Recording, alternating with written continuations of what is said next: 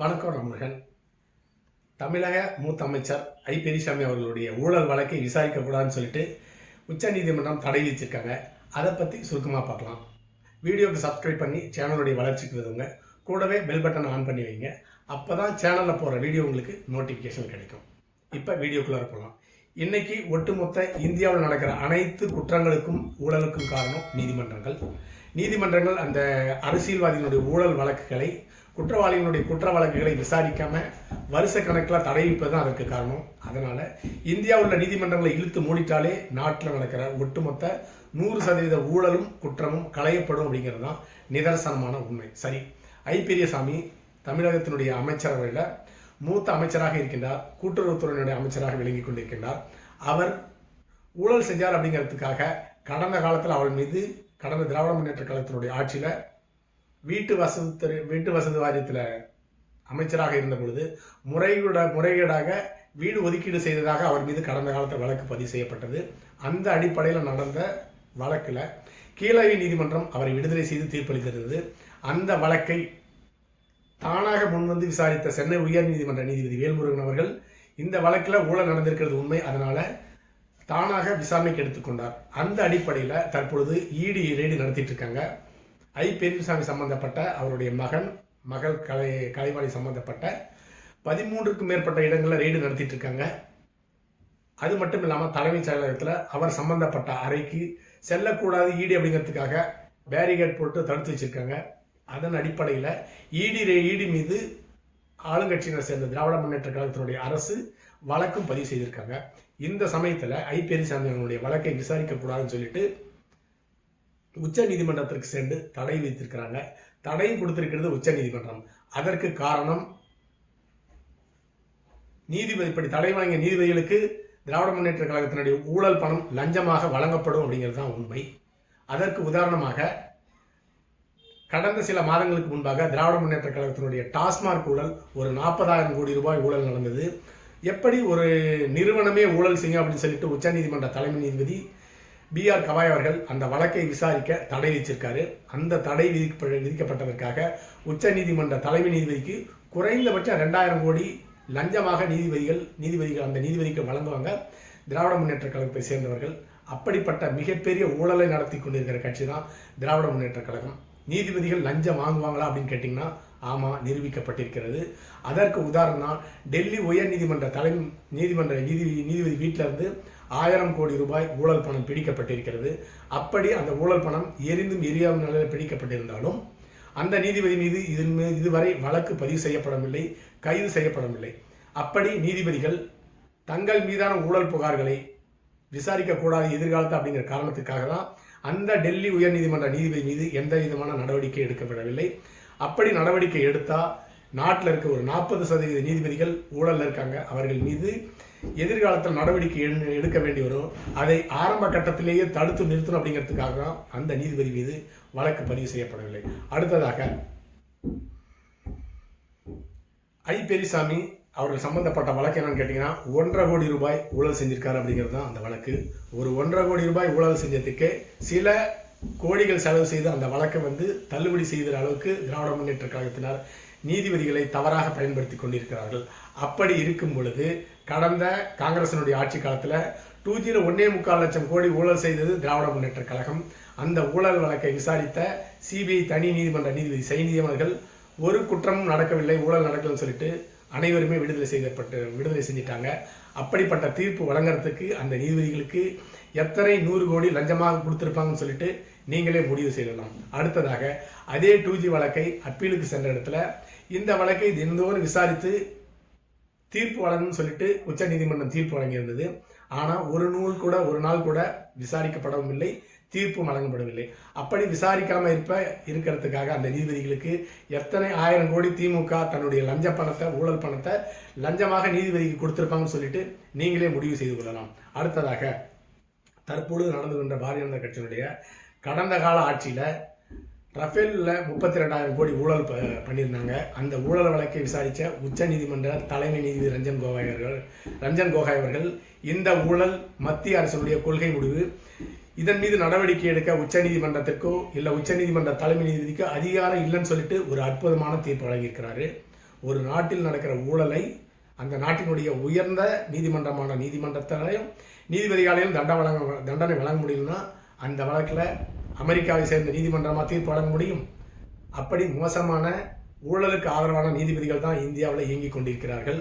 அடுத்ததாக அதே நீதிபதி பாபர் மசூதி இடிப்பு வழக்கில் அனைத்து குற்றவாளிகளும் விடுதலை செஞ்சுட்டு ஊழலாக எம்பி பதவியை பெற்றுக் கொண்டிருக்கிறார். அதுதான் நிதர்சனமான உண்மை. அடுத்ததாக மகாராஷ்டிராவில் அஜித் பவார்கள் 18,000 கோடி ரூபாய் நிலக்கரி ஊழல் பண்ணியிருக்கான்னு சொல்லிட்டு ரெய்டு நடத்தி அந்த வழக்கு பதிவு செய்யப்பட்டு நடந்து கொண்டிருக்கிறது. பாரதிய ஜனதா கட்சியுடன் கூட்டணி வைத்த 6 மணி நேரத்தில் அஜித் பவார் மீதான ஊழல் வழக்கை 18,000 கோடி ரூபாய் ஊழல் வழக்கை ரத்து செய்யணும் சொல்லிட்டு சிபிஐ கேட்டுக்கொண்டதற்கெனுங்க அந்த நீதிபதி அந்த வழக்கை ரத்து செய்து விட்டார். அதற்கு அந்த நீதிபதிக்கு எவ்வளவு பணம் லஞ்சமாக கொடுக்கப்பட்டிருக்குன்னு நீங்களே முடிவு செய்து கொள்ளுங்கள். அடுத்ததாக பொன்முடியினுடைய ஊழல் வழக்கை விசாரித்த சென்னை உயர்நீதிமன்றம் அவருக்கும் அவருடைய மனைவிக்கும் 4 வருஷம் ஜெயில் தண்டனை கொடுத்துருந்தாங்க. அந்த வழக்கு உச்சநீதிமன்றத்தில் அப்பீலுக்கு சென்று அந்த கன்விக்ஷனுக்கு உச்சநீதிமன்றம் தடை விதித்திருக்கிறது. அதற்கு அந்த நீதிபதிக்கு எவ்வளவு லஞ்சம் கொடுத்திருப்பாங்க நீங்களே பார்த்துக் கொள்ளுங்கள். அடுத்ததாக திராவிட முன்னேற்ற கழகத்தை சேர்ந்த 5 ஊழல் அமைச்சர்களுடைய ஊழல் வழக்குகளை விசாரிக்க கூடாதுன்னு சொல்லிட்டு உச்சநீதிமன்றம் தடை விதித்து 1 வருஷம் ஆச்சு. அந்த நீதிபதிகளுக்கு கண்டிப்பாக லஞ்ச பணம் கொடுக்கப்பட்டிருக்கும். அடுத்ததாக செந்தில் பாலாஜி கடந்த அண்ணா திராவிட முன்னேற்ற கழகத்தினுடைய ஆட்சியில் போக்குவரத்து துறையில் ஒரு 2000 பேருக்கு வேலை வாங்கி தரேன்னு சொல்லிட்டு 100 கோடி ஊழல் பண்ணியிருக்கிறாரு.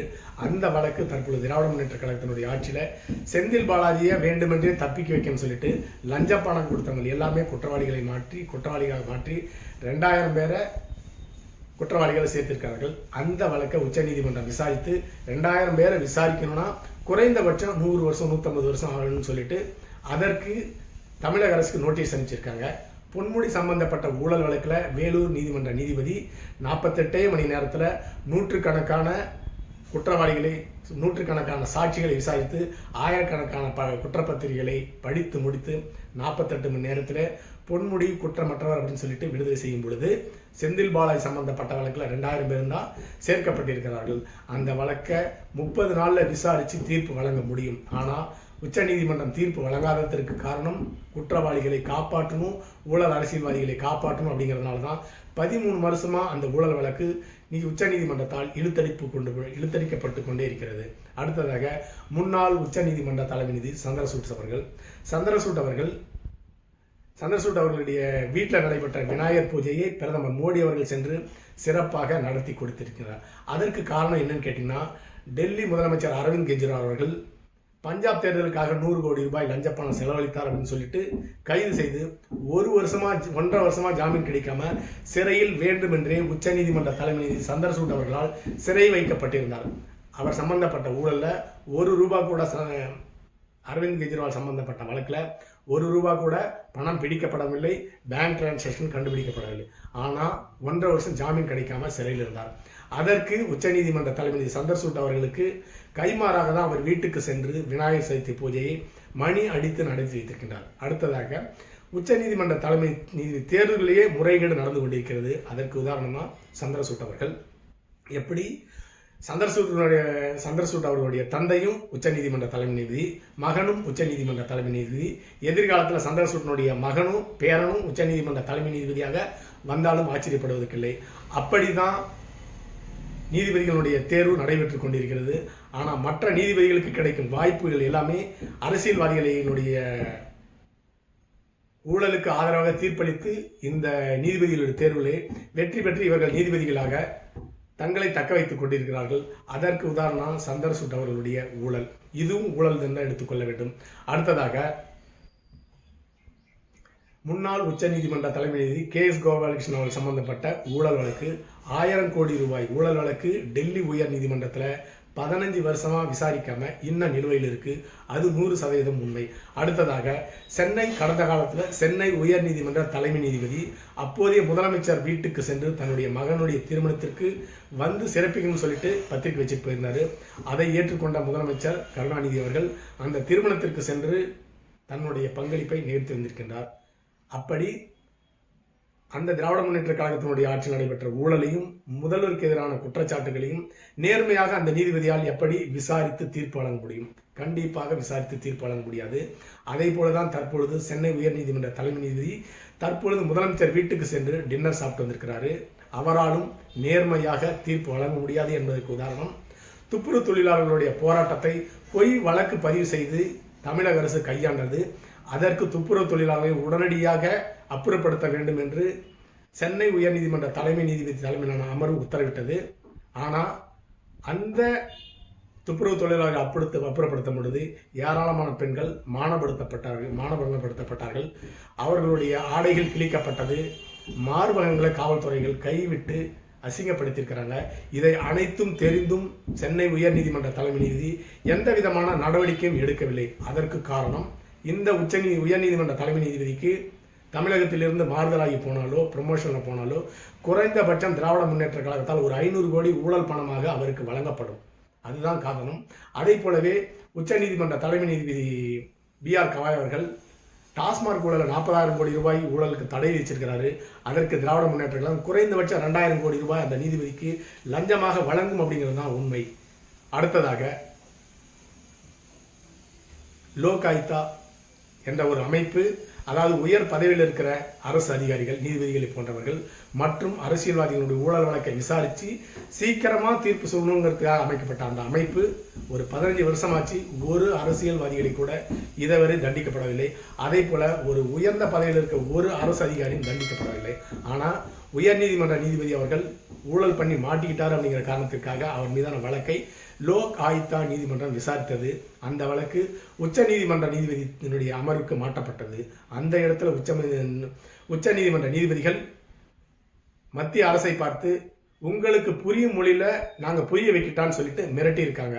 அந்த மிரட்டலுக்கு காரணம், நீதிபதிகளினுடைய ஊழல் வழக்கை லோக் ஆயுக்தா நீதிமன்றங்கள் விசாரித்து தீர்ப்பு வழங்கக்கூடாது அப்படிங்கிறது மிரட்டியிருக்காங்க. அதன் அடிப்படையில் உச்ச நீதிமன்றத்தினுடைய மிரட்டலுக்கு ஏற்று மத்திய அரசு அந்த வழக்கை விசாரிக்கவில்லை. ஏன்னா மத்திய அரசும் ஊழல் செஞ்சிட்டு இருக்காங்க, அரசியல்வாதிகளும் ஊழல் செஞ்சிட்டு இருக்காங்க, நீதிபதிகளும் ஊழல் செஞ்சிட்டு இருக்காங்க. 2 பேருமே தங்களுடைய ஊழலிருந்து காப்பாற்றிக் கொள்வதற்காக ஒருவர் மாற்றி தண்டனை வழங்காமல் காப்பாற்றிக் கொள்கிறார்கள். இப்படிப்பட்ட நிலையில தான் ஐ.பெரியசாமி சம்பந்தப்பட்ட ஊழல் வழக்கு உச்ச நீதிமன்றத்தால் விசாரணைக்கு தடை வழங்கப்பட்டிருக்கிறது. அடுத்த பதிவில் சந்திக்கலாம். நன்றி.